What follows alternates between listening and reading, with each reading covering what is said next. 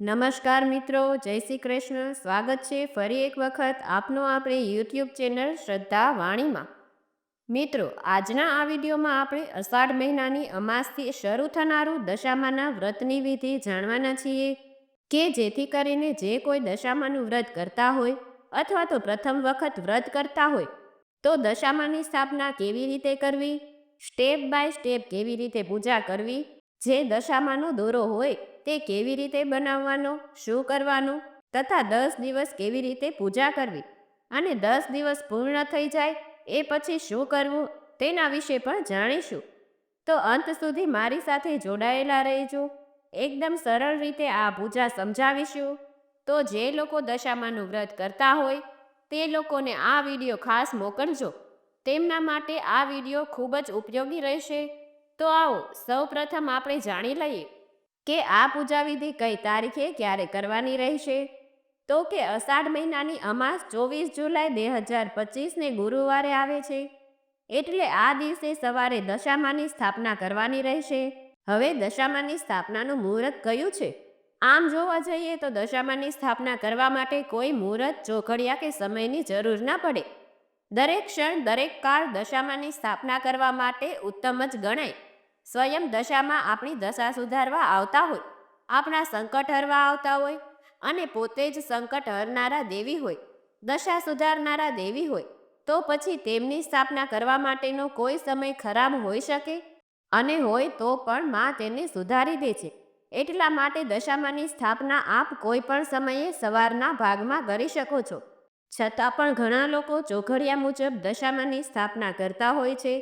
સારા ચોઘડિયામાં દશામાની સ્થાપના કરે છે તો તેનો સમય અમે આપને જણાવી દઈએ. 24 તારીખ સવારે 9:19 લઈને સવારે 7:59 અને એ પછી 11:17 સુધી ચોઘડિયા સારા છે અને 11:17 થી સાંજે 4:15 સુધી આપ દશામાની સ્થાપના કરી શકો છો. તો હવે આ દશામાની પૂજામાં કઈ સામગ્રીની જરૂર પડશે તેના વિશે વાત કરીએ. તો સૌ પ્રથમ દશામાની પૂજામાં ખાસ કરીને સાંઢળીવાળી દશામાની મૂર્તિની સ્થાપના કરવામાં આવે છે. ઘણી જગ્યાએ માત્ર સાંઢળીની જ પૂજા થાય છે. તો આપણે જ્યાં જેવી રીતે પૂજા થતી હોય તે રીતે મૂર્તિની સ્થાપના કરવાની. ત્યાર પછી ગણપતિની સ્થાપના કરવાની.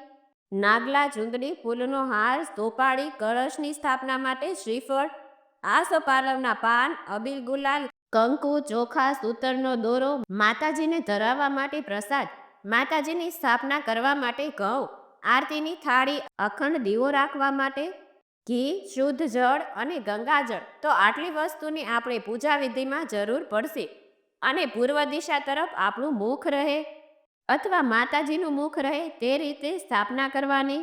એટલે આપ નીચે બાજોટ ઉપર, પાટલા ઉપર અથવા તો ત્યાં સરસ મજાનું શણગારીને ડેકોરેશન કરીને ત્યાં દશામાની મૂર્તિની સ્થાપના કરી શકો છો. તો આવો હવે આપણે પૂજા વિધિની શરૂઆત કરીએ. તો પૂજા શરૂ કરતા પહેલા આપણા પૂજા સ્થાનમાં નકારાત્મક ઉર્જા હોઈ શકે છે કે જેનો નાશ કરવા માટે અહીંયા આપણે ગંગાજળ વડે આપણા પૂજા સ્થાનને શુદ્ધ કરીશું. એ પછી આપણે અખંડ દીવો પ્રગટાવીશું. ઘણા લોકો અખંડ દીવો રાખતા ન હોય તો જો આપ રાખવો હોય તો રાખી શકો છો, ન રાખવો હોય તો પણ ચાલે, પરંતુ રાખો તો ઉત્તમ છે.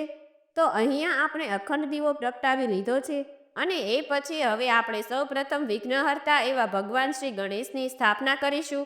જમણી બાજુ ગણેશજીનું સ્થાન હોય એટલે ત્યાં એક ઘઉંની ઢગલી કરીને તેના ઉપર ગણેશજીની મૂર્તિની સ્થાપના કરીશું. તેને કંકુ ચાંદલો કરીશું, ચોખા ચોંટાડીશું, સાથે દેવી રિદ્ધિ સિદ્ધિની પણ સ્થાપના કરીને તેનું પણ પૂજન કરીશું. અને હવે પછી આપણે દશામાની મૂર્તિની સ્થાપના કરીશું કે જેના માટે 10 મુઠ્ઠી ચોખાની ત્યાં ઢગલી કરવામાં આવે છે. આપણા હાથમાં 1 મુઠ્ઠીમાં જેટલા ઘઉં સમાય એટલા લઈ 10 વખત ત્યાં પૂજા સ્થાનમાં રાખીને ઢગલી કરવાની અને તેને સરસ રીતે પાથરીને તેના ઉપર દશામાની મૂર્તિની સ્થાપના કરવાની. હવે આપણે સાંઢળીને અને દશામાતાને કંકુ ચાંદલો કરી ચોખા ચોંટાડીશું અને તેમના દુખણા લેશું અને માતાજીને હાર પહેરાવીશું. એ પછી જે આપણે નાગલા ચૂંદડીનો હાર બનાવ્યો હોય તે માતાજીને આપણે પહેરાવીશું. એ પછી હવે બાજુમાં આપણે કળશ સ્થાપના કરવાની રહેશે કે જેના માટે આપ ઘઉંની જગ્યાએ ચોખા પણ લઈ શકો છો કે જેનું અષ્ટદળ કમળ બનાવીને તેના ઉપર લોટો રાખવાનો, એમાં શુદ્ધ જળ ભરવાનું, ગંગાજળ નાખવાનું, કંકુના છાલણા છાંટવાના અને આસોપાલવના 5 પાન મૂકીને તેના ઉપર શ્રીફળ મૂકવાનું અને શ્રીફળને કંકુ ચાંદલો કરવાના, ચોખા ચોંટાડવાના અને ફૂલ ચડાવવાનું. તો હવે આપણે દશામાતાનો દોરો બનાવીશું કે જેના માટે 10 તાતણાનો સૂતરનો દોરો લેવાનો અને તેના ઉપર 10 ગાંઠો આ રીતે વાળવાની. આ રીતે દોરો બનાવીને તેને કંકુવાળો કરીને એ દોરાને જે આપણા કળશ સ્થાપના કરી હોય તેના ઉપર લપેટી દેવાનો. ઘણા લોકો આ દોરો પોતાના હાથમાં પહેરતા હોય છે, ગળામાં ધારણ કરતા હોય છે. તો આપણે ત્યાં જેવી રીતે પહેલેથી થતું હોય તે રીતે કરવું જોઈએ. તો હવે આટલું કરી લીધા પછી આપણે માતાજીને પ્રસાદ ધરાવીશું અને પછી ત્યાં બેસીને દશામાની વ્રત કથા સાંભળવાની, વાંચવાની. કથા વાર્તા થઈ જાય, પૂજા થઈ જાય એ પછી સરસ મજાની દશામાની આરતીની થાળી તૈયાર કરવાની અને તેનાથી દશામાની આરતી ઉતારવાની. આરતી ગાતા ગાતા પણ કરી શકો છો અને ગાતા ન આવડે તો સાંભળતાની સાથે કરી શકો છો અથવા માત્ર ટંકોરી વગાડીને પણ દશામાની આરતી કરી શકો છો.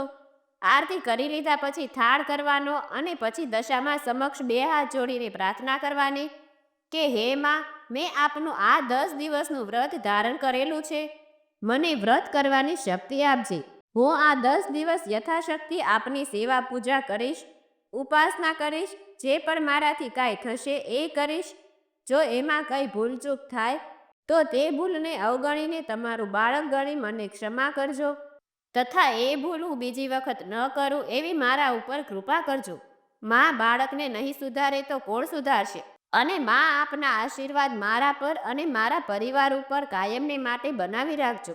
આપ મારા ઘરમાં આ 10 દિવસ પધાર્યા છો તો માત્ર આ 10 દિવસ જ નહીં પરંતુ કાયમને માટે આપ અમારા ઘરમાં નિવાસ કરજો.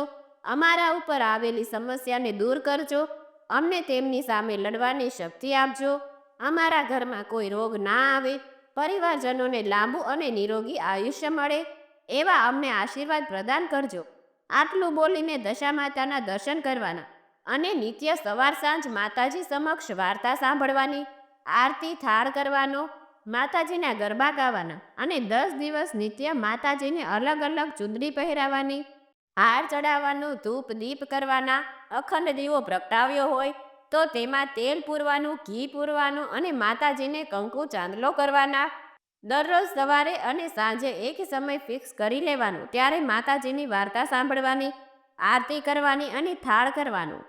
માતાજીને નિત્ય અલગ અલગ પ્રસાદ ધરાવવાનો. જો આ 2 ટાણું કરતા હોય તો 1 ટાણામાં બનાવેલી વાનગી પણ માતાજીને બપોરે ધરાવી શકો છો, ત્યારે પણ થાળ કરી શકો છો. 10 દિવસ પૂર્ણ થઈ જાય એટલે કે 2 ઓગસ્ટે દશામા વ્રતનો છેલ્લો દિવસ આવશે અને 2 ઓગસ્ટે રાત્રે દશામાનું જાગરણ કરવાનું રહેશે. એટલે 3 તારીખના સૂર પહેલા દશામાની મૂર્તિનું નદીમાં કે મંદિરમાં વિસર્જન કરવામાં આવશે. એટલે જ્યારે આપણે મૂર્તિનું વિસર્જન કરીએ એ પહેલાં માતાજીની એક વખત ઘરે પૂજા આરતી કરીને વિસર્જન કરવાનું. જે ઘઉં ચોખાનો ઉપયોગ થયો હોય તેને મંદિરમાં પધરાવી દેવા જોઈએ. જે ફૂલનો ઉપયોગ થયો હોય તે ક્યારામાં પધરાવી દેવા. અખંડ દીવાનું જો ઘી વધ્યું હોય તો આપણા ઘરના મંદિરમાં નિત્ય જે પૂજા થતી હોય તે દીવામાં ઉપયોગ કરી લેવાનું અને જે કળશનું જળ છે તેને પણ ક્યારામાં રેડી દેવું જોઈએ.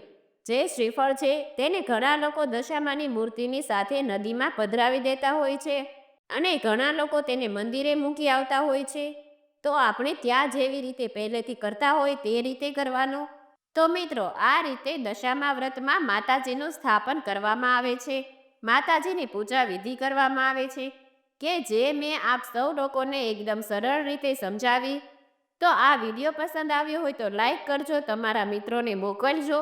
અમારી ચેનલમાં નવા હોય તો સબસ્ક્રાઈબ કરવાનું ભૂલતા નહીં કે જેથી કરીને આવા જ અવનવા વિડીયો આપ સૌ લોકોને મળતા રહે. જય શ્રી કૃષ્ણ. ધન્યવાદ.